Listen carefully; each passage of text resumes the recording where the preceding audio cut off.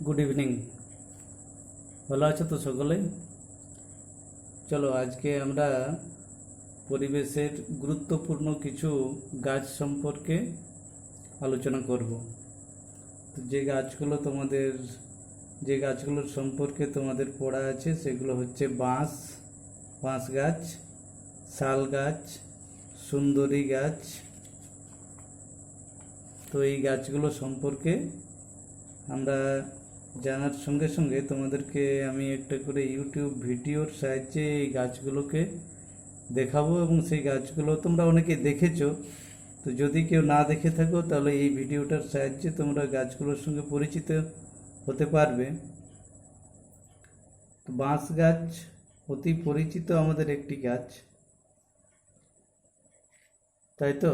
আমরা যারা গ্রামে থাকি তারা প্রত্যেকেই বাঁশ গাছ দেখেছি, আর যারা শহরে আছো তারা সরাসরি যদি বাঁশ গাছ দেখে নাও থাকো, বাঁশের তৈরি বিভিন্ন জিনিসের সঙ্গে তোমাদের পরিচয় আছে। বা বাড়ি তৈরি করার সময় দেখবে বাঁশ গাছকে খুঁটি হিসেবে ব্যবহার করা হয়। যখন ওই পাকা বাড়ি ঢালাই করা হয় তখন বাঁশ গাছকে খুঁটি হিসাবে ব্যবহার করা হয়। তো চলো বাঁশ গাছের সঙ্গে একটু পরিচয় করে নিই। বাঁশ হচ্ছে একটা বহুবর্ষজীবী উদ্ভিদ, যার পর্বটা নিরেট পর্ব ও ফাঁপা পর্ব মধ্যযুক্ত একটা উদ্ভিদ, এবং এটা হচ্ছে একটা চিরসবুজ উদ্ভিদ। এদের কাণ্ডটি হয় লম্বা নলের মতো, শাখা প্রশাখার পরিমাণ কম হয়। পৃথিবীতে যে সমস্ত গাছ খুব দ্রুত বাড়ে তাদের মধ্যে অন্যতম হলো এই বাঁশ গাছ। প্রতি 24 ঘন্টায় কোনো কোনো বাঁশ প্রায় 100 সেন্টিমিটার বৃদ্ধি পায়।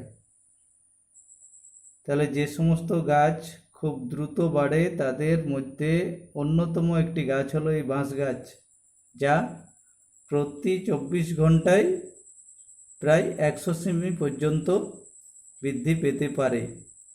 সব ঋতুতে এবং সমস্ত ভৌগোলিক অঞ্চলে এর বৃদ্ধির হার কিন্তু সমান নয়, অর্থাৎ পরিবেশ অনুযায়ী বৃদ্ধির হারটা কম বেশি হতে পারে। আরও বাঁশ গাছ নিয়ে তোমাদের বাঁশ গাছের ওই ভিডিওটি দেখাই, তারপরে আমরা এই আলোচনায় আসব।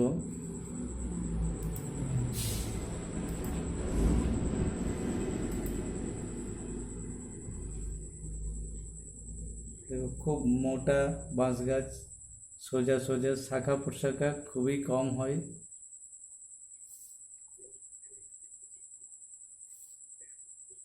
তাই তো? এদের নিরেট পর্ব ও ফাঁপা পর্ব মধ্যযুক্ত, সমস্ত ভৌগোলিক অঞ্চলে দেখা যায়। দেখো, বাঁশের ব্যবহার বাড়ি তৈরি করার সময় বাঁশকে ব্যবহার করছি। বাঁশ থেকে বিভিন্ন জিনিস তৈরি করা হচ্ছে। বাঁশের তন্তুর সাহায্যে এই সমস্ত জিনিসও তৈরি করা যায়। আর তোমরা তো জানোই যে আমাদের কাগজের অন্যতম উৎস হলো এই বাঁশ।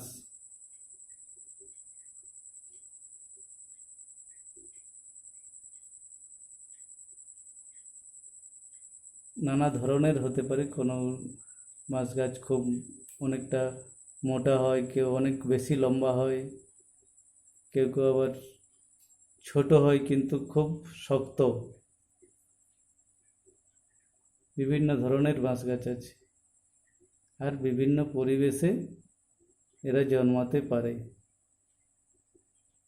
তাহলে মোটামুটি তোমরা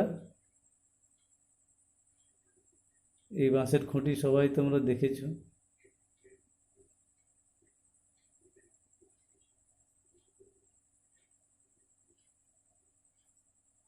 তাহলে চলো এবারে বাঁশ নিয়ে আমরা বাকি কথাগুলো জেনে নিই। তাহলে বাঁশ গাছ তোমরা চিনতে পারবে প্রত্যেকেই, তাই তো? তাহলে আমরা এই বাঁশ গাছে ফুল আসে কিন্তু অনিয়মিত, অর্থাৎ প্রতি বছর যে ফুল হবে এরকম নাও হতে পারে।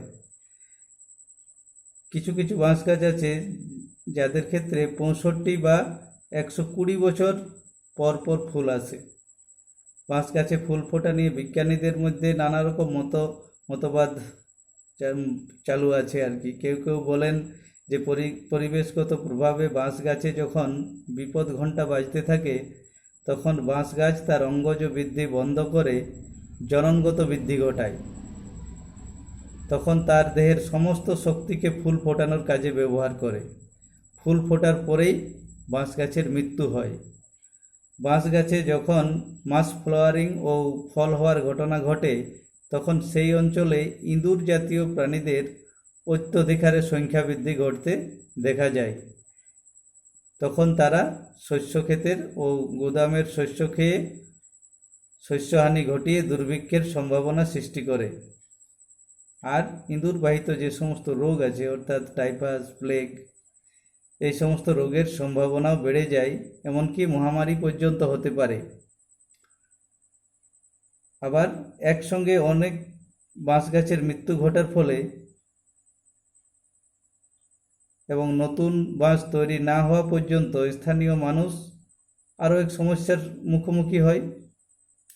অনেক বাঁশ গাছ নষ্ট হয়ে গেছে, আর যদি তৈরি না হয় তাহলে কি হবে? সেখানকার ঘরবাড়ি তৈরির যে উপকরণ, অনেক জায়গায় ওই বাঁশের বাঁশ দিয়েই বিভিন্ন ধরনের বাড়ি তৈরি হয়, তাহলে তাদের বাড়ি তৈরি করার সমস্যা দেখা দিতে পারে।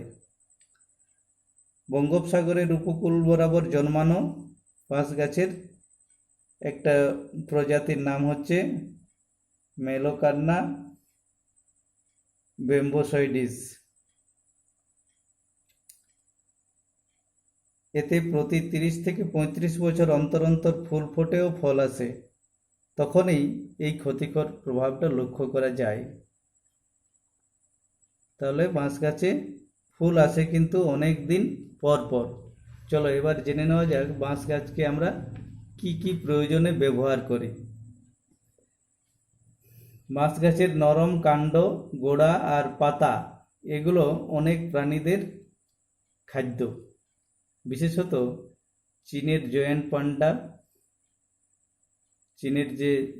চীন দেশে পাওয়া যায় জায়ান্ট পান্ডা, নেপাল ও ভারতের রেড পান্ডা ও মাদাগাস্কারের লেমুর, এছাড়াও আফ্রিকার গরিলারাও এই বাঁশকে খাদ্য হিসাবে ব্যবহার করে।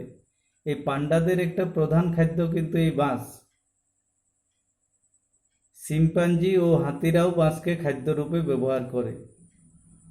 তাহলে অনেক প্রাণীরাই বাঁশ গাছের নরম কাণ্ড, গোড়া কিংবা পাতাকে খাদ্য হিসাবে ব্যবহার করে। তো এখানে মনে রাখবে এই পান্ডাদের সবচেয়ে প্রিয় খাদ্য হচ্ছে এই বাঁশ গাছের পাতা। এই বাঁশ গাছের অবলুপ্তির কারণে বা কমে যাওয়ার কারণে অনেক জায়গায় এই পান্ডাদের সংখ্যা কমে যাচ্ছে। এমনকি ইদানিং একটা খবর এসেছে যে একটা চিড়িয়াখানায় যেখানে এই পান্ডাদেরকে রাখা হয়েছে, তারা বাঁশ পাতা সরবরাহ করতে পারছে না বলে ওই পান্ডাগুলোকে রাখার জন্য খুব সমস্যায় পড়েছে।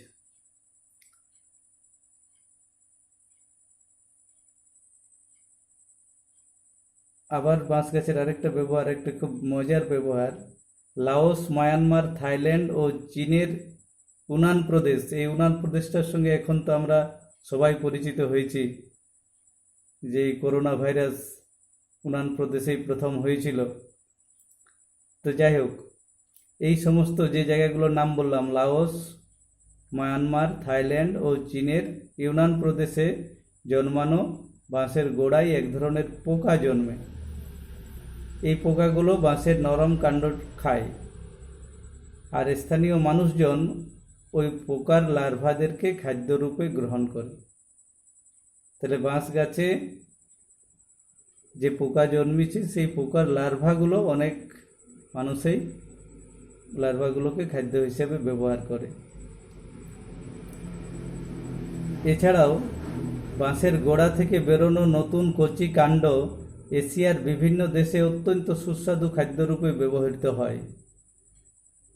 তবে ব্যবহারের আগে এর মধ্যে থাকা অত্যন্ত বিষাক্ত পদার্থকে আগে বার করে নিতে হয়। বাঁশের এই নরম কচি কাণ্ড থেকে নানা রকম পানীয় প্রস্তুত করা হয়। দক্ষিণ পূর্ব এশিয়ার বিভিন্ন জায়গায় স্যুপকে গরম করা ও ভাত রান্নার পাত্র রূপে বাঁশের ফাঁপা কাণ্ডকে ব্যবহার করা হয়। এছাড়াও রান্নার কাজে বাঁশের তৈরি বিভিন্ন উপকরণ ব্যবহার করা হয়। আমাদের দেশে কাগজ তৈরিতে বাঁশ ব্যবহৃত হয়। এছাড়াও ঝুড়ি মানে কিছু জিনিস রাখার জন্য গ্রামাঞ্চলে এক ধরনের ঝুড়ি বা চুপড়ি বলা হয়।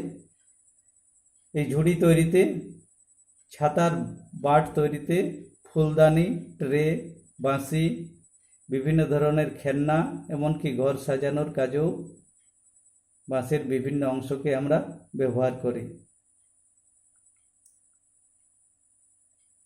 বাঁশের পর্ব মধ্যে সিলিকন ডাইঅক্সাইড ও সিলিসিক অ্যাসিড সমৃদ্ধ তবাসির নামক এক গুরুত্বপূর্ণ ওষুধ পাওয়া যায়।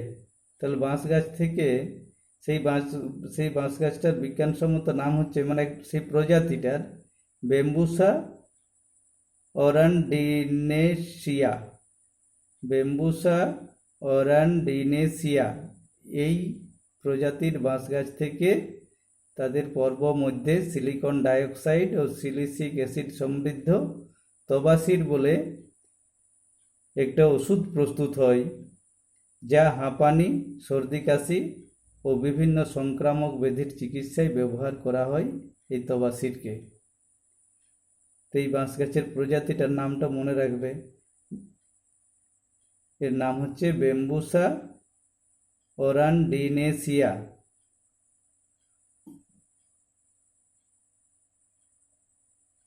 আর বাঁশ গাছের আর কি ব্যবহার আছে? বিভিন্ন জায়গায় মানুষ ঘরবাড়ি তৈরিতে তার অন্যতম উপকরণ হিসাবে বাঁশ গাছকে ব্যবহার করে। এছাড়াও বিভিন্ন জায়গায় নদীর উপর সাঁকো তৈরি করার কাজে মানুষ বিভিন্ন সময় অনেক কাল আগে থেকে বাঁশের ব্যবহার করে আসছে। এখনও বিভিন্ন জায়গায় এই সাঁকো তৈরিতে বাঁশের ব্যবহার করা হয়। বাঁশের তন্তুর ব্যাস হচ্ছে 3 মিলিমিটারেরও কম। তাই এক ধরনের ফেব্রিক, যাকে ব্যাম্বু ফেব্রিক বলা হয়, যা থেকে জামা কাপড়ও তৈরি করা হচ্ছে। তাহলে বাঁশের যে তন্তু, তা থেকে জামা কাপড়ও তৈরি হয়। এছাড়াও বাঁশের আরও কিছু ব্যবহার তোমরা নিজেরা তোমাদের অভিজ্ঞতার সাহায্যে লিখবে, যেগুলো আমরা দেখে থাকি দৈনন্দিন জীবনে, যে আমরা বাঁশকে কি কি কাজে ব্যবহার করছি। তাহলে এই হলো বাঁশ গাছ নিয়ে মোটামুটি তোমরা জানলে যে কোথায় জন্মে, এর কি কি ব্যবহার। তো তোমাদের এখান থেকে যে প্রশ্নগুলো পড়ে, যে ওই যে কয়েকটা গুরুত্বপূর্ণ বিষয়, যে বাঁশ গাছের বৃদ্ধি কেমন হয়, এটা কোন ধরনের উদ্ভিদ, অর্থাৎ এটা বাঁশ গাছ হচ্ছে চিরসবুজ বহুবর্ষজীবী উদ্ভিদ। আর এর ব্যবহার, কোন কোন প্রাণীদের খাদ্যের প্রধান উৎস এই বাঁশ। আবার ওই যে ব্যতিক্রমী কিছু ঘটনা আছে বা ইন্টারেস্টিং কিছু ঘটনা আছে, যে বিভিন্ন জায়গায় বিভিন্ন দেশে